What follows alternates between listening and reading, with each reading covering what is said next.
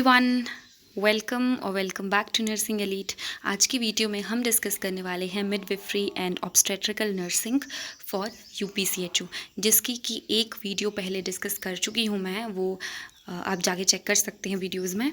तो let's get started. सबसे पहला point, irregular infrequent spasmodic and painless contraction without any effect on dilatation of cervix. तो क्या होता है, ड्यूरिंग प्रेगनेंसी मदर्स में कुछ ऐसी कॉन्ट्रैक्शंस होती हैं जो इरेगुलर होती हैं और उनका सर्विक्स की डायलिटेशन से कोई लेना देना नहीं होता, और जब हम उसको जो मदर है उसको वॉक करने को कहते हैं तो वो सबसाइड हो जाती हैं पेन्स। तो उनको कहा जाता है ब्रैक्सटन हिक्स कॉन्ट्रैक्शंस। एक तरह से वो फॉल्स कॉन्ट्रैक्शंस हैं, फॉल्स लेबर पेन्स हैं वो। उसके बाद है Braxton Hicks contractions are not seen in. तो ब्रैक्सटन हिक्स कॉन्ट्रैक्शंस नहीं देखी जाती हैं एब्डोमिनल प्रेगनेंसी में, which is a type of ectopic pregnancy. ये देखी जाती हैं अगर प्रेगनेंसी यूट्राइन प्रेगनेंसी में, जो नॉर्मली होता है। Next one is extreme pigmentation around cheeks, forehead and around eyes is known as chloasma gravidarum, या फिर इसको एज अ इनफॉर्मल लैंग्वेज में या फिर फ्रिक्वेंट हम इसको मोस्ट फ्रिक्वेंटली कहते हैं प्रेगनेंसी मास्क या फिर मास्क ऑफ प्रेगनेंसी। तो क्वेश्चन आपसे पूछा जाता है what is mask of pregnancy. Moving forward, उसके बाद है ब्राउनिश और black pigmentation area in the mid line stretching from xiphisternum to symphysis pubis. जो प्रेग्नेंट लेडी है उसके जिफिस्टर्नम से लेके सिम्फाइसिस प्यूबिस तक मिड लाइन पे एक लाइन देखी जाती है ब्राउन या ब्लैक कलर की, उसको कहते हैं लीनिया नाइग्रा। और ये होती क्यों है? Linea nigra occurs due to melanocyte stimulating hormone. Melanocyte stimulating hormone कहाँ से रिलीज होता है? From the anterior pituitary, from the pituitary gland की इंटीरियर लोब से। उसके बाद है stretch marks seen in pregnancy. Pregnancy में जो स्ट्रेच मार्क्स देखे जाते हैं that is known as striae gravidarum. और वही स्ट्रेच मार्क आफ्टर डिलीवरी कुछ ग्लिसनिंग वाइट कलर के हो जाते हैं। बहुत सारे लोगों ने देख रखा होगा ये। It is known as striae albicans. Same ही चीज़ है बट नेम गॉट चेंज्ड। उसके बाद है uterus remains a pelvic organ. ये बहुत बार क्वेश्चन पूछा जाता है कि यूट्रस कब तक, प्रेगनेंसी के कौन से ड्यूरेशन तक एक पेल्विक ऑर्गन होता है? तो अप टू 12 वीक्स। उसके बाद वो एनलार्ज होना स्टार्ट होता है। एनलार्ज तो होता है खैर, बट वो outside the pelvic cavity extend करना स्टार्ट करता है। Shape of non pregnant uterus. तो नॉन प्रेग्नेंट यूट्रस की जो शेप है दैट इज़ पायरीफॉर्म। अब पायरीफॉर्म कैसी होती है? जैसे कि पपाया जो फ्रूट है उसकी शेप होती है, that is a pyriform shape. उस तरह का यूट्रस होता है नॉन प्रेग्नेंट यूट्रस। उसके बाद है शेप ऑफ प्रेग्नेंट यूट्रस। तो प्रेग्नेंट यूट्रस की शेप होती है globular. Globular like you can compare it with the some a very round, well rounded fruit, something like that. Like you balloon को जब आप फुलाते हैं जो, वो उस तरह की शेप हो जाती है हमारे यूट्रस की, प्रेग्नेंट यूट्रस की। उसके बाद है feeling of life sign. Feeling of life sign किसको कहा जाता है? क्विकनिंग को। क्विकनिंग मैंने आपको पहले कल भी बताया था, कल की वीडियो में, कि उसमें एक्टिव जो फीटल मूवमेंट्स हैं उनकी परसेप्शन जो होती है मदर को वो होती है, और उसको किक्स, जो बेबी किक करता है दैट इज़ ऑल्सो वही चीज़ है ये। तो फीलिंग ऑफ लाइफ साइन इसको कहते हैं। उसके बाद है स्यूडोकाइसिस। तो स्यूडोकाइसिस क्या है? ये एक फॉल्स प्रेगनेंसी है। इसमें मदर को ये बिलीफ होता है, ये डिल्यूजन होता है, फर्म बिलीफ होता है कि आई एम प्रेग्नेंट, बट असल में उसका वो प्रेग्नेंट नहीं होती। कोई भी जो कन्फर्मेटरी डायग्नोसिस हम कराते हैं उसमें कुछ भी नहीं आता, बट स्टिल मदर बिलीव्स कि आई एम प्रेग्नेंट। उसके बाद है ड्यूरिंग, ये एक मेंटल कंडीशन है।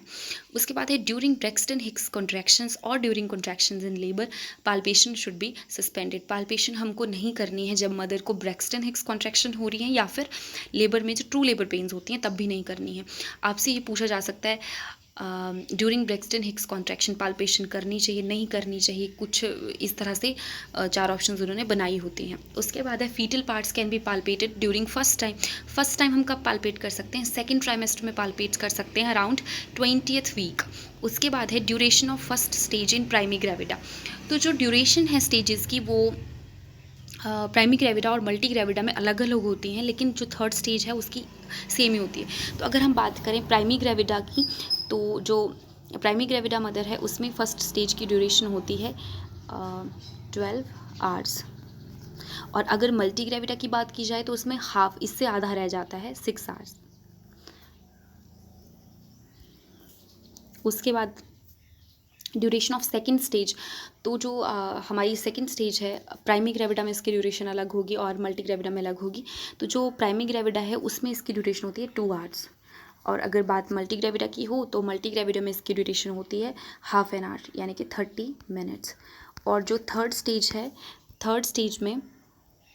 स्टेज मैंने आपको बताया कि दोनों में ड्यूरेशन सेम होती है, इट्स अबाउट 15 मिनट्स। इसमें थर्ड स्टेज में होता क्या है, प्लासेंटल सेपरेशन एंड एक्सपल्शन, जो भी आफ्टर बर्थ प्रोडक्ट्स हैं वो सब आते हैं बाहर।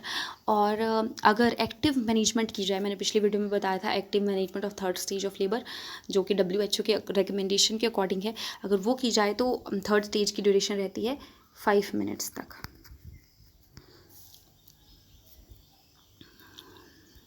उसके बाद है permanent shortening of muscle fibres of the uterus, इसको कहा जाता है रिट्रैक्शन।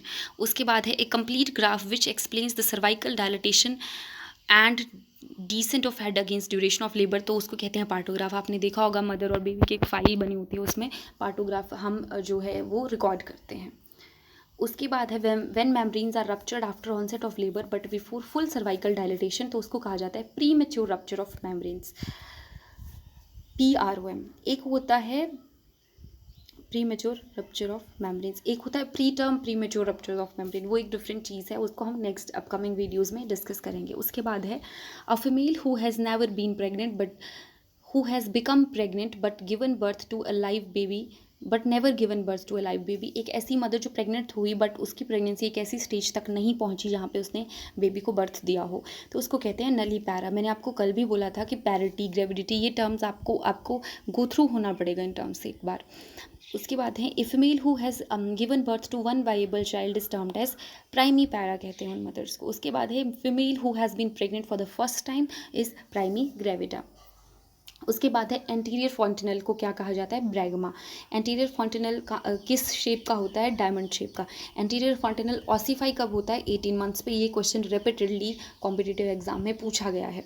उसके बाद है posterior fontanelle is also known as, तो पोस्टीरियर फॉन्टिनल को कहते हैं लैम्डा। मुझे यहाँ पे पोस्टीरियर फॉन्टिनल लिखना था। पोस्टीरियर फॉन्टिनल जो है वो एंटीरियर फॉन्टिनल से पहले ऑसिफाई हो जाता है, क्लोजर हो जाता है उसका, वो हो जाता है 6 to 8 वीक्स में, तो आपको ये याद रखना है। उसके बाद है शेप ऑफ एंटीरियर फॉन्टिनल, तो ये है ट्रायंगुलर शेप। तो ये थी मेरी आज की वीडियो। आज मैंने काफ़ी कम ही क्वेश्चंस डिस्कस किया आपके साथ, क्योंकि टाइम रिस्ट्रिक्ट्स की वजह से। तो आई होप आपको वीडियो अच्छी लगी हो, तो लाइक और शेयर करें वीडियो को और चैनल को सब्सक्राइब कर दें। Thank you so much.